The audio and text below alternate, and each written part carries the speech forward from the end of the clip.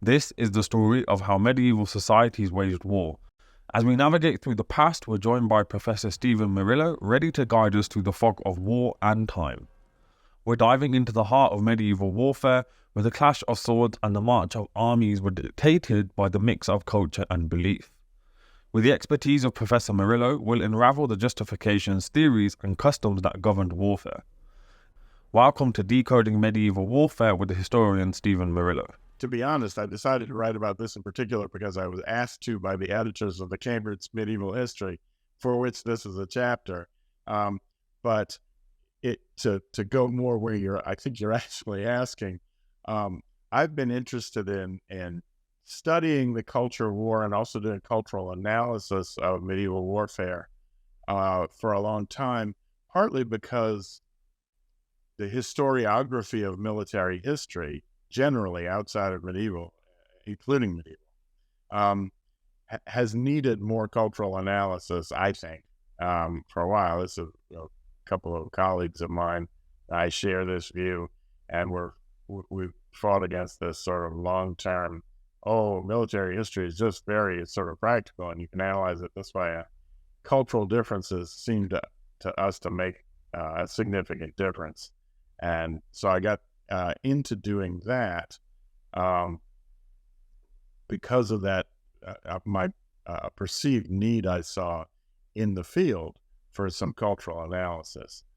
The way I do it, I mean, the other thing that the editors of that Cambridge Medieval History acknowledged in their preface is that it's made up of a whole bunch of chapters by people who cover particular parts of the world. And you end up with the kind of world history that's a quilt of pieces stitched together. And they say in the introduction, Morillo's chapter is the only one that really takes this sort of comparative overview. So, yeah, that's what I do. I do big comparative overviews because my general approach to history, my favorite quote about doing history is by the historian L.P. Hartley, who said the past is a foreign country. They do things differently there. And I think that's certainly true and leads you into all sorts of weird, interesting details. But then I gather up a pile of those details and I want to say, what are the big patterns? What structures this pile? That sort of thing. So from all those directions, this chapter on cultures and customs and justifications of war kind of came together. Now, obviously we spoke of how you differentiate between big cultures and subcultures in your analysis. Now, just for those listening, could you give us a couple of examples and then also what differentiates perhaps some of those big cultures from those subcultures?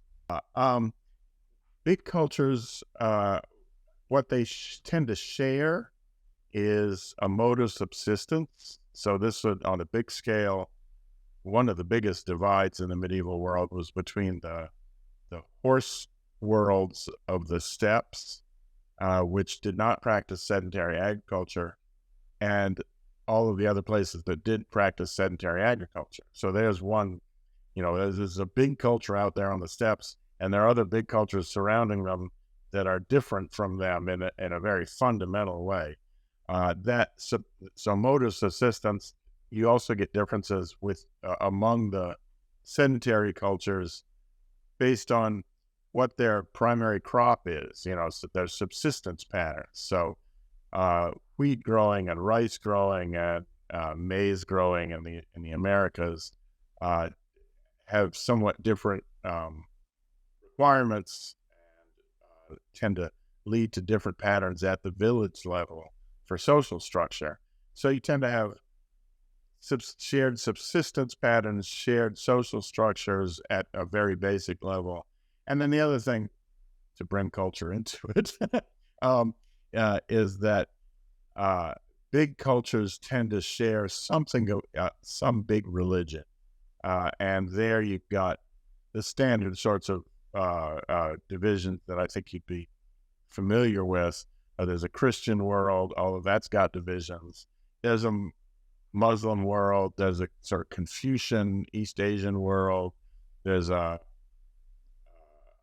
South Asian Hindu world, and Buddhism laid over some sort of various parts of that. So you get those sort of big shared issues, and that's what I think defines a big culture. It's not a real scientific definition, but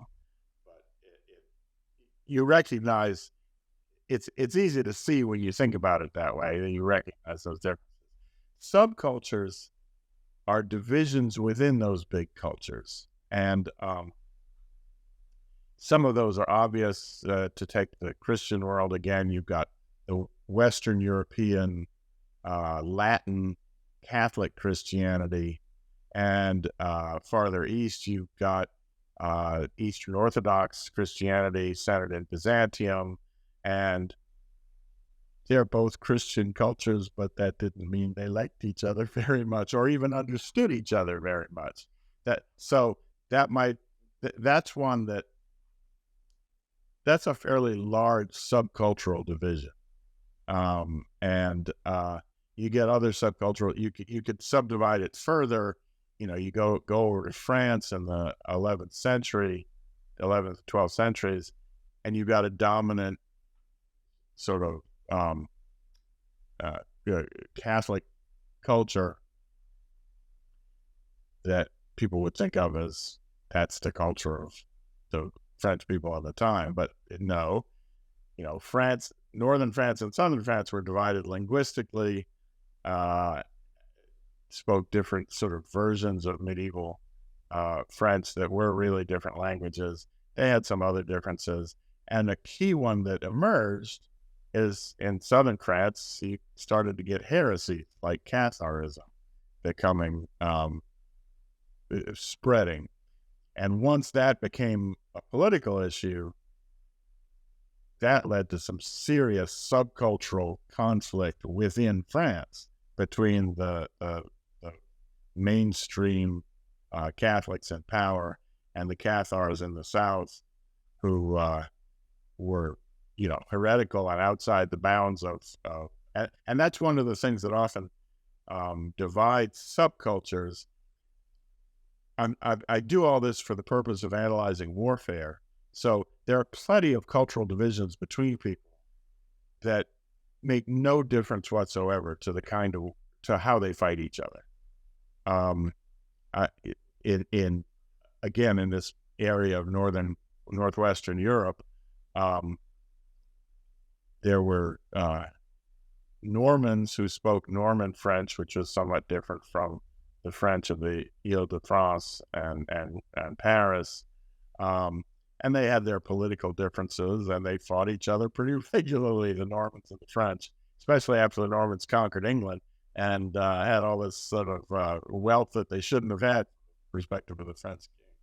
But when they fought each other, they were all speaking varieties of French. They were within a military subculture that was shared across the boundaries.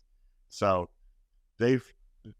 both sides they were fighting what I call an intra-cultural war. That is a war within a culture.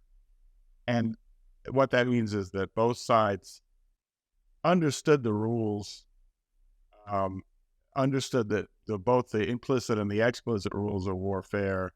They had the same assumptions about what you do with prisoners, for example, or how you treat the enemy.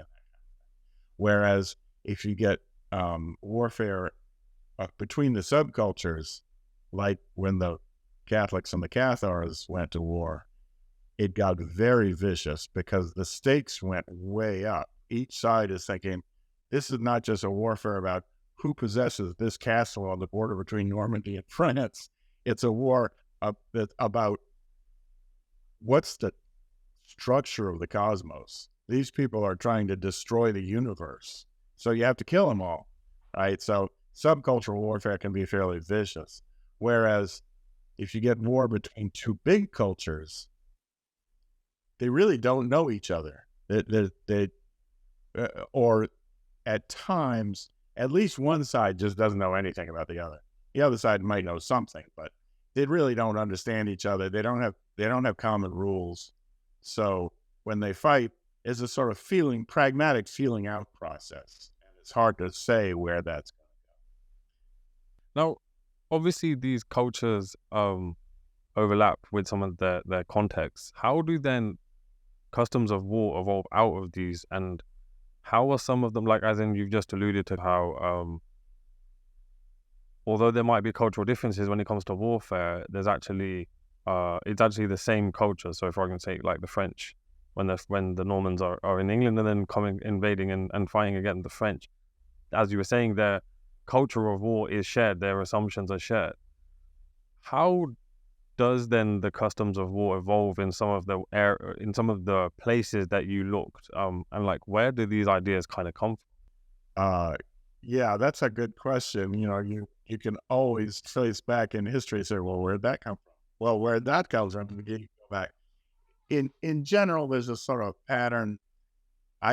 My focus is on the medieval world, and for me, the Middle Ages, I have a sort of climate and demographic definition of the Middle Ages, climate disease demographic definition.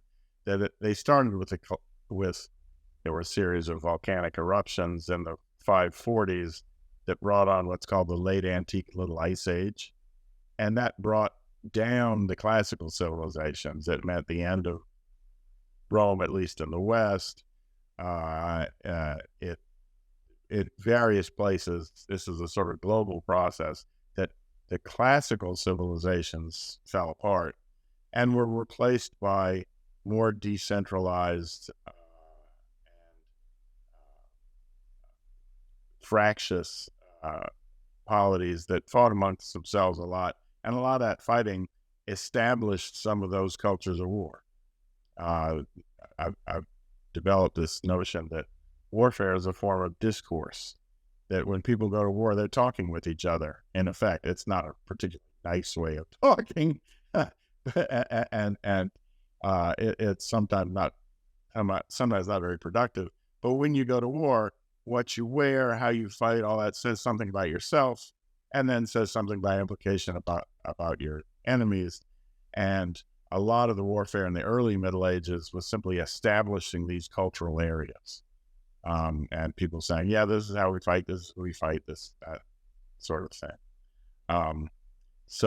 But in a bigger sense, if we take, for instance, the French area I was talking about, if you take the remains of Rome and add that political fragmentation and the rise to dominance of an aristocratic class, and add in a little bit of Christianity, you get this area that develops its own particular cultures of various things, including warfare.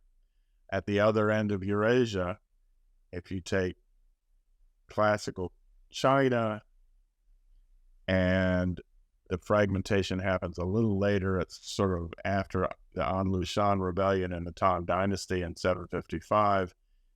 China then fragments, and you have a military aristocracy there already. And if you export some of that to the island off the shore, that's pretty isolated, but adopts various aspects of Tang culture, including having a really entrenched aristocracy of its own. Suddenly you've got, and add a little bit of Buddhism to your Shinto, and suddenly you've got medieval Japanese warfare. So, it's a mixture of things in all places. And this is the thing about culture and doing cultural history, is it's never a static thing. Cultures are always dynamic and evolving, depending on how people perform them. And this is why the model I present of intracultural, intercultural, and subcultural warfare is a dynamic one, that each type tends to sort of create its own stabilities or instabilities, and things flow into each other. You've spoken about France, and then we've briefly spoken about kind of China, and then how that culture is almost evolved in some degrees when it is exported out onto the islands.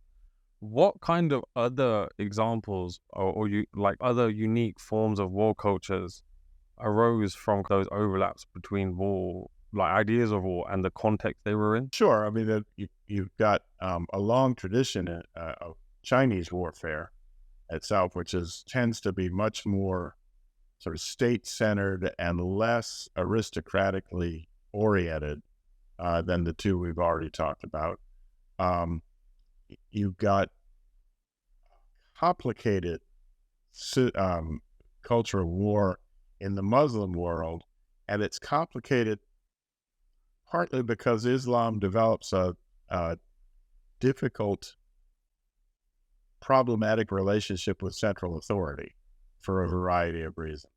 So, and this is one reason why one of the characteristic forms of Muslim military power in the Middle Ages is the slave soldier. And if you think about that concept, it's a little bizarre, that your slaves, your subject class are the ones with the horses and the arms. And in some cases, that leads to the slave soldiers like the Mamelukes in Egypt taking over. And some, it's like, what is that about? That's just kind of a bizarre outcome. But it's certainly part of a Muslim culture of war. In South Asia, you've got a fair amount of fragmentation and a caste system that puts warriors in a particularly unique position. And again, geography, climate, all these sorts of things contribute. Indian warfare features elephants, which are not used much anywhere else, and doesn't feature much in the way of good cavalry, except unless it comes in from the northwest, from the steppes, because horses don't thrive very well in India. But at least you can have them there. Unlike sub-Saharan Africa, there's just no horses, not because they're not available, but because between sleeping sickness and African horse disease, they just don't survive. They survive even worse than Europeans do in sub-Saharan Africa, at least until gin and tonics bring quinine to the British diet. There's just so many questions that you could ask off just what we're talking about. I know. I'm sorry. I tend to. No, I love it. I love it. This is why this is why I do this, because then I'm like, hold on, I want to ask about this and I want to ask about that. One question that is just kind of coming to me as you were talking is that it seems during this period, war is in the hands, or at least the ability to declare war is in the hands of the aristocracy, besides the slaves, the Mamluk slaves, who, as you said, are a bit of a interesting concept in their own right. Is it fair to say that in this period, like, control of violence, war, however you want to define it, is in the hands of the aristocracy, and that in itself is part of a wider social structure that is kind of common perhaps across the world at that point? In most places, I think that's true. There are places, and China's one of them, for most of its history, where there isn't necessarily a military aristocracy. The Chinese military aristocracy got ground out of existence in the Warring States era back in 400 to 200 BC, in favor of strong centralized rule. And at that point, when war happens is when the ruler thinks it should happen. And that's really true everywhere. It's just that in a lot of places, the ruler is part of the military aristocracy. And if he decides we need to go to war, he better have the support of that military aristocracy, because that's who's going to be fighting with him and for it. But yeah, there are places where it's more, so there's sort of tension between a military aristocracy as a social group and the state as a semi-abstract concept, and which one is in charge. There's often some tension. Sometimes, as in China, the state's in charge. Sometimes, as in Japan and Western Europe for much of this period, the military aristocracy is really more in charge, or at least controls the state. So they're more like this.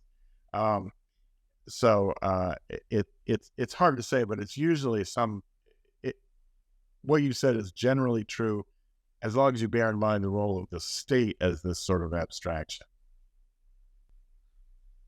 The other question that I wanted to ask just off the back of what you were talking about was then, how do these cultures, so obviously war comes with death, and obviously the culture has to deal with how it deals with killing other people, but also sending its own people to die. What are then some of the similarities or differences between between what you studied in terms of how are people or how are cultures understanding and almost, I guess, theorizing or justifying war and the outcomes of war? Uh, yeah, and the killing people part. I mean, it's not like they didn't know that was at the least, and it's not like that was not at least potentially problematic. Yeah, yeah, I mean, I think that's a human thing that if you start getting mass killing, you got to have a pretty good reason for it. And, you got to convince people that this has to be done some way or another. Now, the justification of war for any culture in the Middle Ages that was easy is if you're on defense. We're being attacked. That justifies you taking up arms and trying to kill your attackers. That's a straightforward. I don't think there was any medieval culture that had an issue with fighting in defense. But going on the attack, you had to have some pretty good reasons for that. And there are differences, again, in different places. The Roman approach was kind of legalistic. You had to have this sort of fulfill the set of legal requirements to make war. I mean, they managed to do that pretty regularly. It's like Roman Empire wasn't like built illegally, but they managed to justify it. But the issue of killing was, I mean, one of the outcomes of that, because a lot of medieval cultures are this sort of blending of warrior cultures and religion.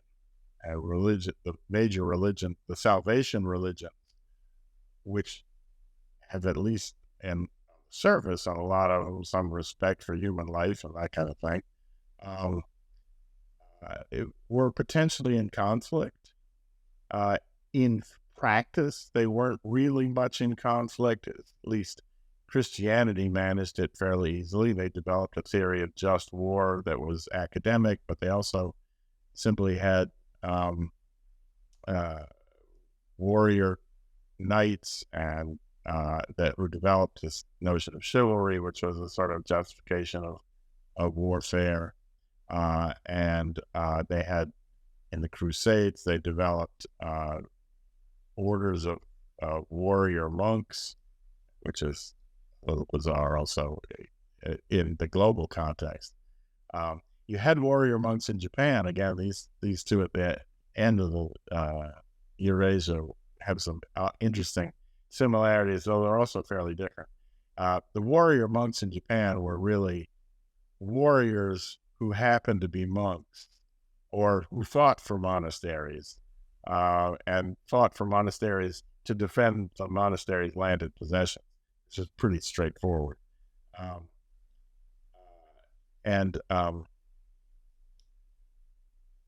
The interesting thing that those two show as well in that terms of that intersection is that often medieval knights who'd happily lived an entire life of plundering and pillaging and killing and so forth would, near the end of their life, when they felt, I'm going to die soon, they'd become monks. It's like, quick, join a monastery. It's like, forgive me my sins. Thank you. Save our souls. Yeah, that's right. And the same thing happens in Japan. You get these warriors, these samurai who's like happily sort of slicing people in half and all this kind of stuff for most of their lives. Near the end of their lives, I'm going to join a monastery. Yeah, get a Mita Buddha to forgive me. It's interesting because those type of ideas are obviously common across the world. Even kind of Sikhs have a concept of saint soldier, which I guess you could argue is that same thing, which is warrior monk. So it's just interesting how those things are reiterated across several cultures. You spoke briefly about how Christianity developed this theory of just war. I guess for those listening, briefly, what is that for those who perhaps aren't necessarily so well acquainted? Yeah, just war theory developed in the European Middle Ages on the foundation of the writings of Augustine, Saint Augustine of Hippo, and was worked out in more detail by Aquinas, as was usually the case in medieval philosophy. There were other routes, and Aquinas worked it out. And what just war theory says, basically, I will see if I can remember this off the top of my head properly, is that war has to be waged by a legitimate authority. That is, and that's where the prince, the king, the ruler comes in. That's the only one legitimately capable of declaring a war. It has to be waged for a just cause. Defense is one, and it should be waged both. You have to have justice in the practice of warfare and jus in bello and jus ad bellum. That is justice in going to war and justice in the way you fight the war. That is, the violence has to be proportional. It's a sort of criminal justice theory where someone's committed a crime, you go to war to punish them. You got to make the punishment fit the crime, not be excessive. You try and make distinctions between legitimate military targets and civilian collateral damage, which you want to avoid. And just by getting into that language, you see that medieval just war theory is actually the foundation for modern international law about warfare, medieval European just war theory. So that went through the various philosophical channels, made it into international relations, and has become, that's one of the biggest areas where medieval warfare, customs theories, and justifications war has a modern echo or influence, is in that development of just war theory. Now, the cynical me will say that just war theory,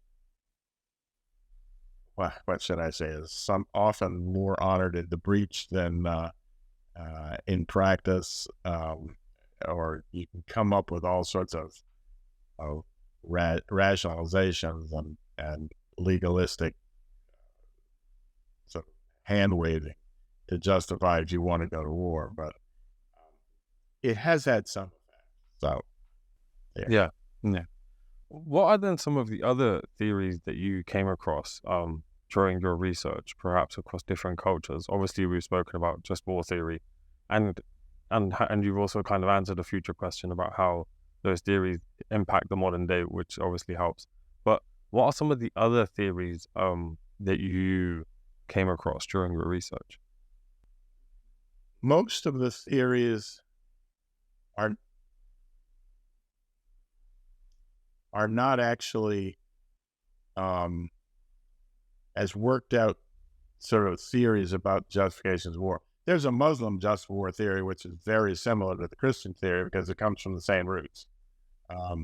So those cousins actually share a lot of just war theory. There's not the same sort of just war theory in China or that in Japan, because there's basically one answer. If the state says we go to war, it's okay. That's just the Son of Heaven said so. That's okay. Here's your justification. What I know of the South Asian tradition is more sort of Machiavellian, in that the Arthashastra, for instance, says like, this is when you go to war, this is how you do it, this is what you can expect.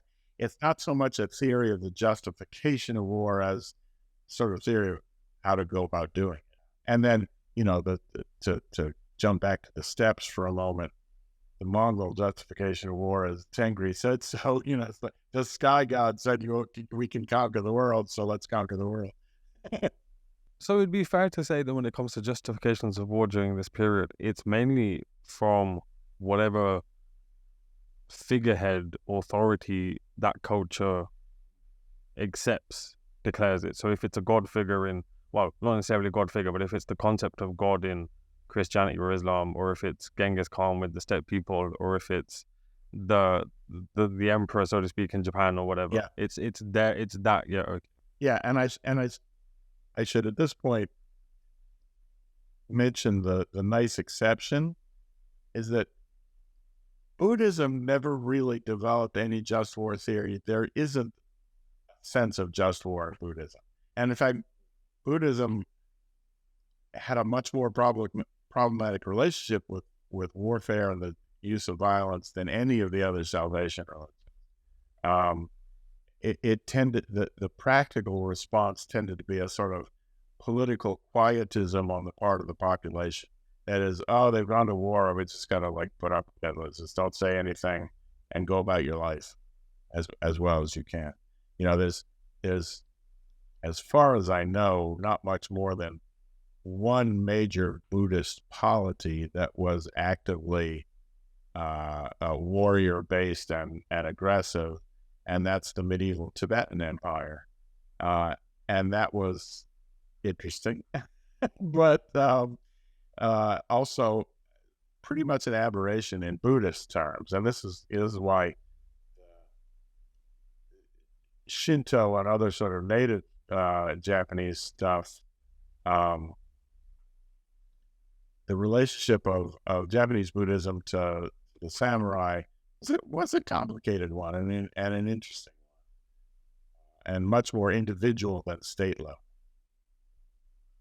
Would it be fair to say, and again, this may just be showcasing my ignorance more than anything, but would it be fair to say that the decline of the numbers of Buddhists in South Asia is kind of partly due to the fact they didn't have a concept, like they weren't really, or at least their concept of, or their cultural affinity to war was a bit of a thorny one. And if they had a culture of war, they may have survived in larger numbers. Yeah, I think that's fair. I think that the contraction of Buddhism historically, especially once in South Asia, that under the influence of colonialism and various other things, that Hinduism became more militant. That didn't leave a lot of room for Buddhism. In China, it survived as an underlayer, but it wasn't the official ideology. So it got squeezed out in a lot of places because there weren't Buddhist monks defending themselves the way there were Christians defending Christianity. There's no concept of holy war in Buddhism. But then what's interesting is then the Buddhists, a section of Buddhists have created the concept of like self-immolation, and that whole idea, which is itself is I understand it within their framework of the Buddhist framework, but obviously from this outside view, it's pretty interesting. Yeah, and it's not one designed to like conquer areas. You're not going to make new converts. You're mostly trying to shame. It's a protest. Yeah, protest, shaming somebody, and it can be effective, but not in the way of like massively spreading your religion. We've gone from kind of France to China to Japan, South Asia. We've covered a lot of the globe.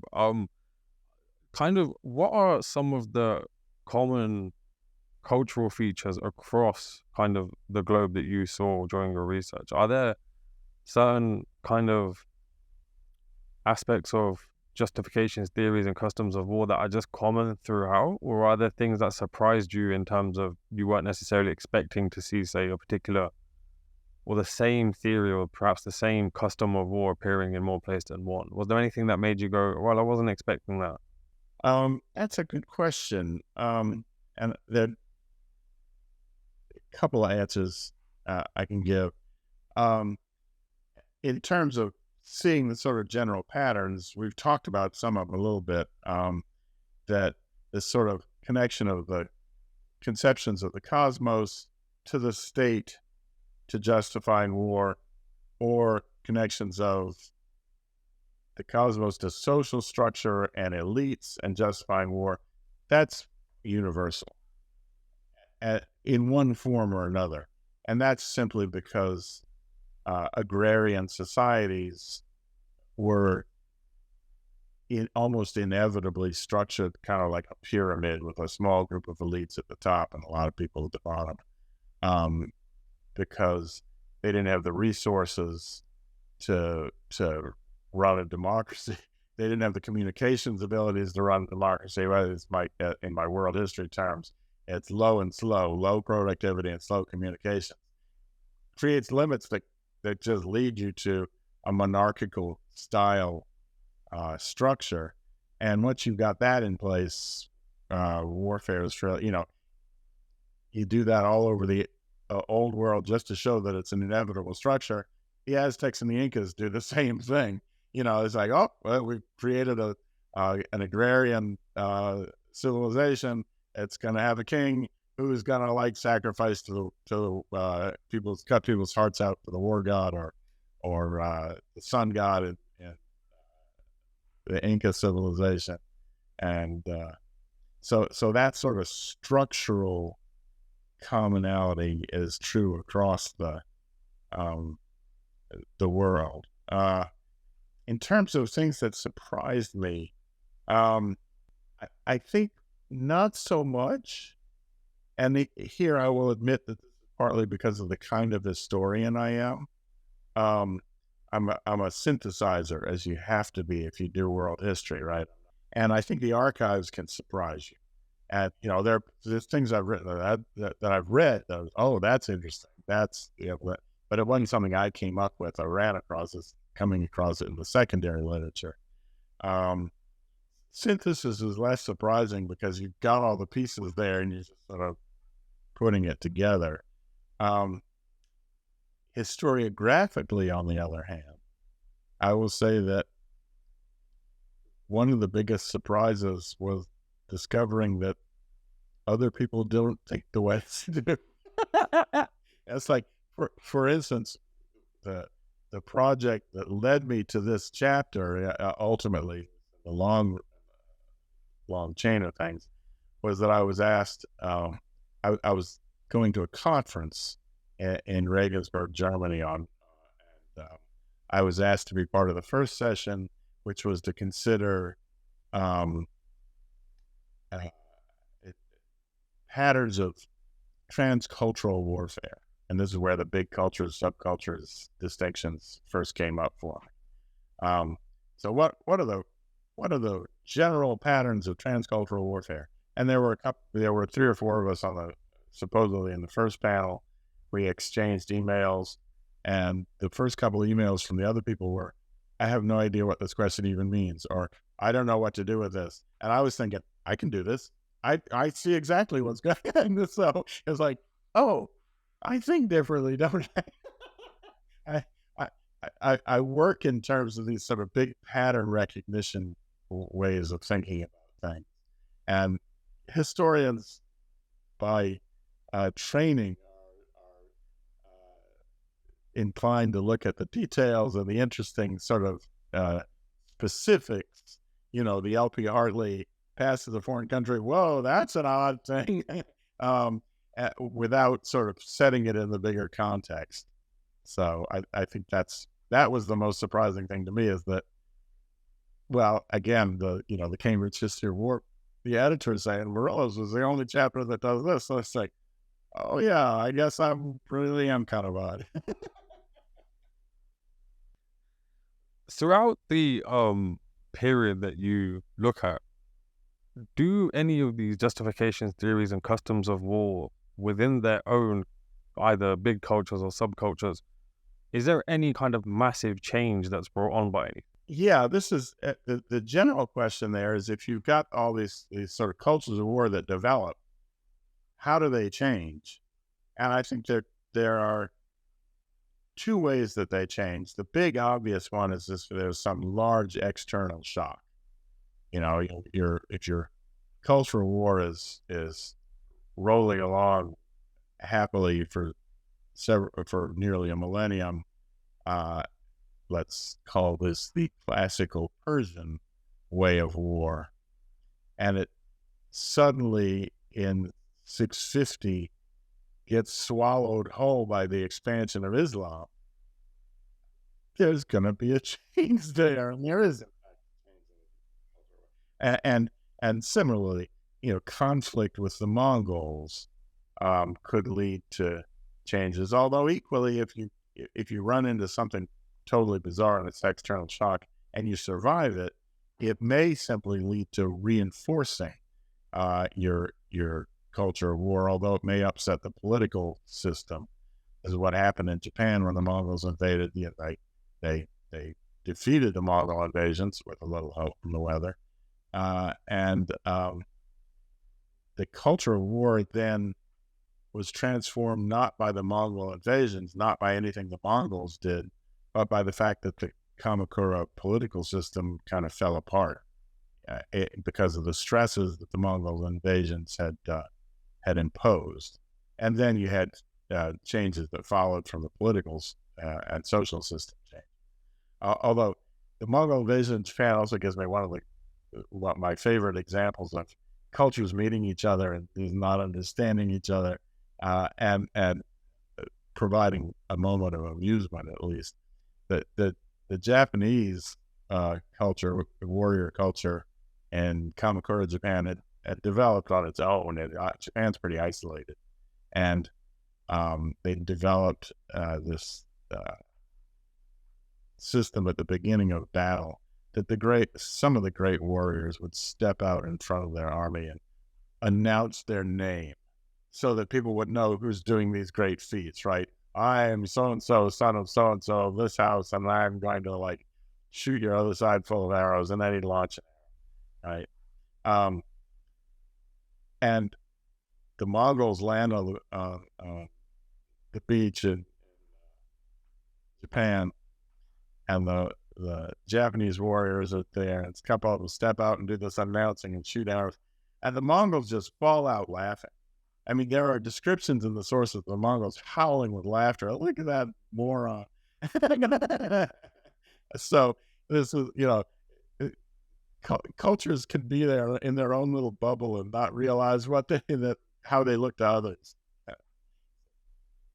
That nicely brings me on to the next question, which, just as we were talking, you mentioned actually right at the beginning about kind of how interaction with kind of being on the steppe kind of has a particular influence on the culture of war. How influential then is Genghis Khan and everything that is unfolded thanks to him on justification theories and customs of war? Because it almost sounds as though he in his own right has his own, not he himself, but the culture of war that he's waging and taking across the steppe is almost being left behind and then being kind of redeveloped over time. As in how much of an impact does he have in this aspect? On cultures of war within Mongolia, he's huge because he really does reconstruct the Mongol social system, which out on the steppes, society had been for millennia divided into little groupings, which were tribes, not in any ethnic sense, but in sort of shifting political allegiances and so forth. When he took over the Mongols, he kind of reconstructed Mongol society, divided it into new tribes, which were artificial, each one led by a close relative of his. So it was like he was the focal point, and loyalty to the Chinggisid house became the centerpiece of the Mongol culture of war. Now, in other ways, if you look at the Mongol culture of war in terms of how they fought and so on, they were classic steppe warriors, horse archers with some heavy cavalry, lancers, and their differences there from the sedentary societies were based on that difference in subsistence. Sedentary societies tended to develop fortifications and a style of warfare that was very much sort of positional, take a fortification, defend your land, that kind of thing. Out on the steppes, it was more about people. The land was, you were mobile all the time anyway. If the pressure got too great from your neighbors, you just move over to the next valley, and you're not defending land, so there's no fortifications.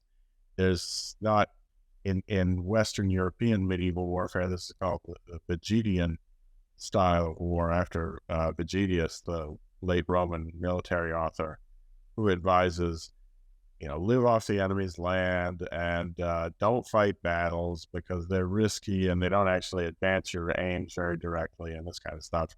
And then you go over a little earlier in time period and read Sun Tzu in China, and he's saying exactly the same thing. And why is this? Because it's logistically based. It makes sense. If you've got sedentary societies with set farm fields and your fortified positions that you're defending, you get that style of warfare. If you're out on the steppes, you get a very different style, much more offensive and mobile and similar style of warfare. And they're very different expectations about what war is about. Just kind of nearing to the end with the penultimate question. How, like you briefly spoke earlier about how just war theory, or at least European just war theory, goes on to kind of evolve and develop into the modern theory of war. How else do these medieval war cultures influence modern perspectives on war? Or would it be fair to say that with internationalism and everything that's gone on in the last, say, 100 years, there is only kind of one globalized theory of war, or is that perhaps a step too far? That is a step too far in one way, in that I don't think there's a real possibility these days of having intercultural warfare. That is, that there are no more big cultures that don't know anything about each other. But that does not mean subcultural warfare is not possible.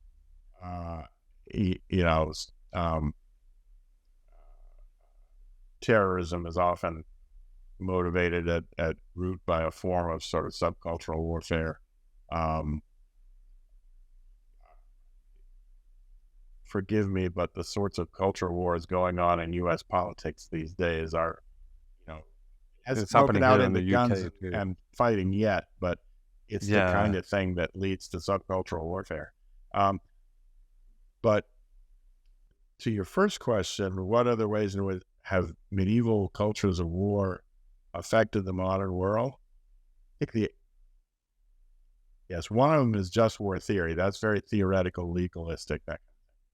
The other is that because of the long history of these medieval warrior cultures that are often very much glorify the warriors. You got the knight in shining armor, or a samurai with his sacred sword, and or whatever. That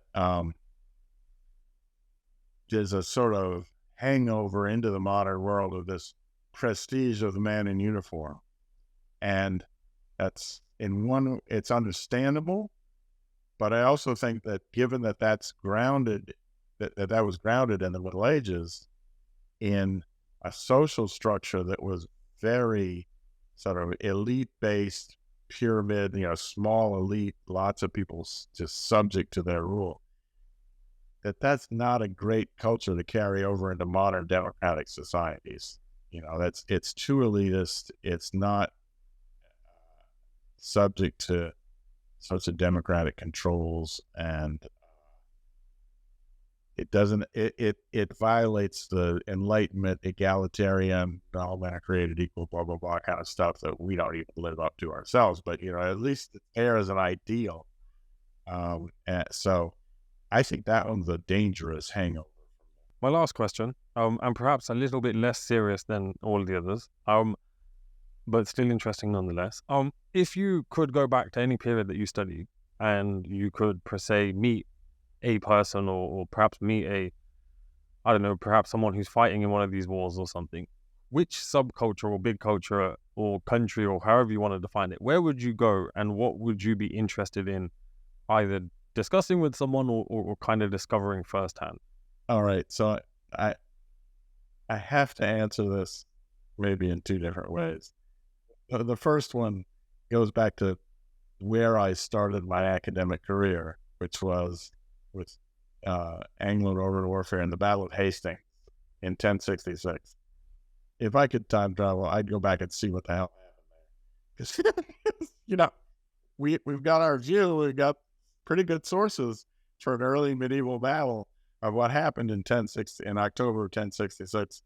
But I want to see it. Damn it, I want to know exactly what's happening there. Exactly, yeah. And did he get shot in the eye after? Yeah, right. I don't think he did. I want. Yeah. I want to see William. I want to see Harold. I was like, what's going on there? That's. I'm sorry. That's my answer because that's where I started. But more generally, figures I'd want to meet, people who influential in developing cultures of war, that sort of thing. I mean, Genghis Khan is one of them. I'd want to get some sense of. I mean, this is not just a military history question, but a world history question. I assume you're familiar with those genetic studies that show that there are about 17 million Asian men with this genetic marker that arose in the early 1200s in Mongolia. I think, gee, who's that? Like 1 in 6 or something, or 1 in 8. If you break the numbers down, it's something really stupid. Like 1 in 8 or 1 in 6 people have that. Yeah, it's crazy. Yeah. So that's pretty good. But in more sort of culturally interesting terms, maybe. The Emperor Frederick II of Germany, who is a bizarre guy. He grew up in Sicily, in the Kingdom of Sicily. He was a Hohenstaufen. He grew up knowing Arabic and knowing Greek as well as German and Latin. Oh wow! He was a rationalist ahead of his time. And when you're king, you can do things like this. He once had a condemned criminal. The way he executed him was that he had this giant balance beam, or one side was a vat of water and the other side was perfectly balanced. That vat of water with the criminal in it. And then he sealed it, and he waited to see when he drowned, did it change? Did the soul have corporal existence? So when his soul left him, did the balance change? I can see where he's coming from, but that's a bit insane as well. At the same time. Yeah. So yeah. He was also the one who recaptured Jerusalem on the crusade he went on. Been a goal for a couple of crusades ever since they lost it. The third crusade, it was like the fifth crusade. It's like, he recaptured it by negotiating with the Muslims. Said, "You give me this, and we'll do this." And they said, "Okay." And he got excommunicated by the Pope for negotiating with the Muslims, even though he got Jerusalem back. So yeah, he's an interesting guy. The other one I think I'd want to meet is Minamoto Yoritomo, the founder of the Kamakura shogunate. That's a pretty interesting period too. I just wanted to say thank you. We've kind of almost been talking for almost an hour. I've covered, I think, all the questions that kind of I think are appropriate. Is there anything that you think is worth mentioning, or anything you think we've missed out that you just want to kind of make sure we include before we wrap up? From what I was expecting, I think we've covered it. I thank you again very much for reading my stuff with such interest and finding it worthwhile to podcast about. I've enjoyed this. Thank you so much. Well, you're quite welcome, and thank you for having me on here. And that's the end of another intriguing podcast episode. I hope you enjoyed listening to it as much as I enjoyed creating this podcast. If you're passionate about the work I'm doing and want to support it, consider becoming a paid YouTube member to unlock some cool features, or join our Patreon community. You can find the links in the description below. Thanks again for tuning in, and I'll hopefully see you in the next video. Bye!